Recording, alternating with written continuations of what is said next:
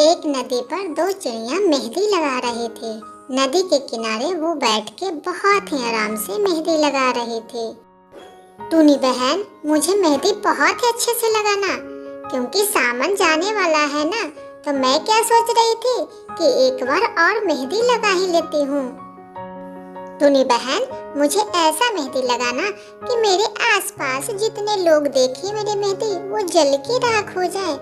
मेरी मेहंदी से बहुत सारे जलते हैं, देखना यहाँ ढूंढते ढूंढते कई पक्षी आएंगे। चीचू बहन, ऐसा क्यों? आपको भला मेहंदी देखकर क्यों दूसरा कोई जलेगा? टूनी बहन, आपको पता नहीं है जलने वाले को क्या कमी है क्या? अभी आप देख लेना, थोड़ी देर और इंतजार करो। अच्छा वो सब छोड़ो, जल्दी जल्दी मेहंदी लगाओ। मेरे बच्चे घर में इंतजार कर रहे होंगे और मेरा पति भी। मुझे जल्दी जल्दी मेहंदी लगाकर खाना भी तो बनाना है। और एक बात बोलूं, गांव में थोड़ा टहलकर सभी पक्षियों को जलाना भी तो है कि मैंने मेहंदी रखा है, तभी तो लोग देख के जलेंगे। चीचू चिड़िया और टोनी चिड़िया आपस में दोनों बात कर रहे थे।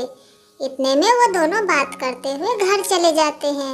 उसके बाद रानी चिड़िया आती है और वहाँ बोलती है, अरे यहाँ पे तो कोई भी नहीं है। वो तो बोल रही थी कि नदी पर सभी के साथ मेहंदी लगाने गई है तुम्हारी सखिया। यहाँ पे तो कोई नहीं दिख रहा है। अब मैं क्या करूँ? कहीं हमें आते हुए देख के कहीं छिप तो नहीं गए? अगर ऐसा हुआ, मुझे देखकर छिप गया, तो मैं जिंदगी में कभी बात नहीं करूँगी। अरे रानी चिड़िया, वो देख के तुम्हें छुप नहीं गए हैं, वो तो मेहंदी लगा के कब के घर चल गए हैं।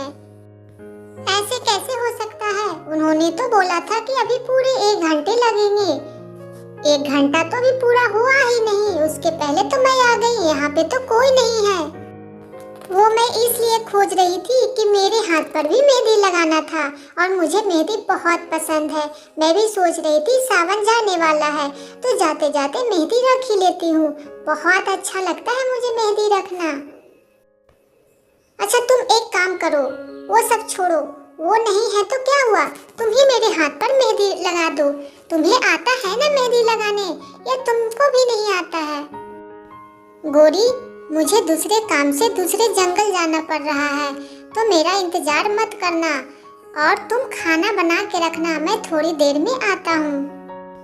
अरे गोरी कौवी, तुम अकेले अकेले यहाँ बैठे क्या कर रही हो? सभी लोग नदी पर मेहंदी लगा रहे हैं। मैं तो आपको देखने चलाया, कहीं आप अकेले अकेले घर में छिपके तो मेहंदी नहीं लगा रहे हैं। वो मैं क्या कह रही थी कि चलिए सब साथ में मेहंदी लगाते हैं। और पता है, मैंने सुना है टोनी चिड़िया बहुत अच्छी से मेहंदी लगाती है, तो मैं क्या सोच रही थी कि मैं भी लगे हाथ लगवा ही लेती हूँ। क्या बताओ रानी चिड़िया, मेरी तो किस्मत ही खराब है। कहाँ मैं आपकी तरह आजाद से घूम रही हूँ। मेरा पति दूसरे जंगल में काम करने गया है, बोला है आते आते सारा खाना बना के रखना। भला मैं मेहंदी हाथों में लगा दी तो मेरा खाना कौन बनाएगा? आप ही जरा सोचिए। अच्छा ठीक है, अब मैं चलती हूँ, क्योंकि मुझे मेहंदी भी लगाने जाना है। एक काम करता हूँ, अभी कालू नहीं है, तब तक मैं पिज्जा बर्गर खा लेती हूँ। एक बार कालू आ जाएगा तो कहाँ मुझे ये सब खाने देता है। जब तक वो दूसरे जंगल में है तब तक जल्दी जल्दी खा लेता हूँ। पिंकी चिड़िया, इस बार मैंने सुना है जंगल में बहुत बाढ़ आए हुए हैं। एक हमारा ही जंगल है कि अच्छा चल रहा है। देखो पानी इतना लबलबा रहा है कि कभी भी तूफान आ सकता है। मैंने तो अपना घोंसला मजबूत बना लिया है और नदी के किनारे नहीं बनाया है, दूर किसी जंगल में बनाया है। क्या पता नदी के किनारे रहा तो बाढ़ से पेड़ भी गिर सकता है और हमारा पिंजरा टूट भी सकता है।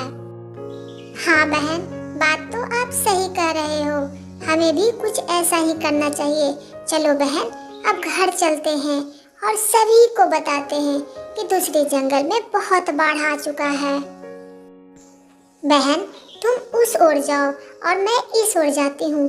सभी जंगल के पक्षियों को बताती हूँ कि अपना घर अच्छे से मरम्मत कर ले, क्योंकि इस बार अपने भी जंगल में बाढ़ आने वाला है। क्या पता कब आ जाए। दोनों चिड़िया आपस में बात कर रहे थे।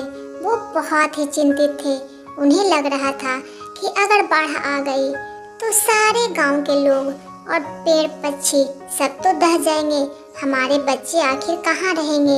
ये चिंता से वो दोनों चिड़िया बहुत चिंतित थी और दोनों चिड़िया अपने अपने जंगल चली गई और बहुत ही उदास थी। बहन, मुझे तो बुरा इस बात का लग रहा है कि मैंने तो अभी अभी नए घोंसला तैयार किया है इतनी मेहनत से। पता नहीं मेरा भी दह जाएगा क्या। मैंने तो अभी अभी खड़ा किया है घोंसला, मैंने तो 2-4 दिन भी नहीं रहा है। बहन, अब मैं चलती हूँ, क्योंकि मेरे घोंसले में बच्चे इंतजार कर रहे होंगे। मैं काफी देर से निकली हूँ और घर नहीं गई हूँ।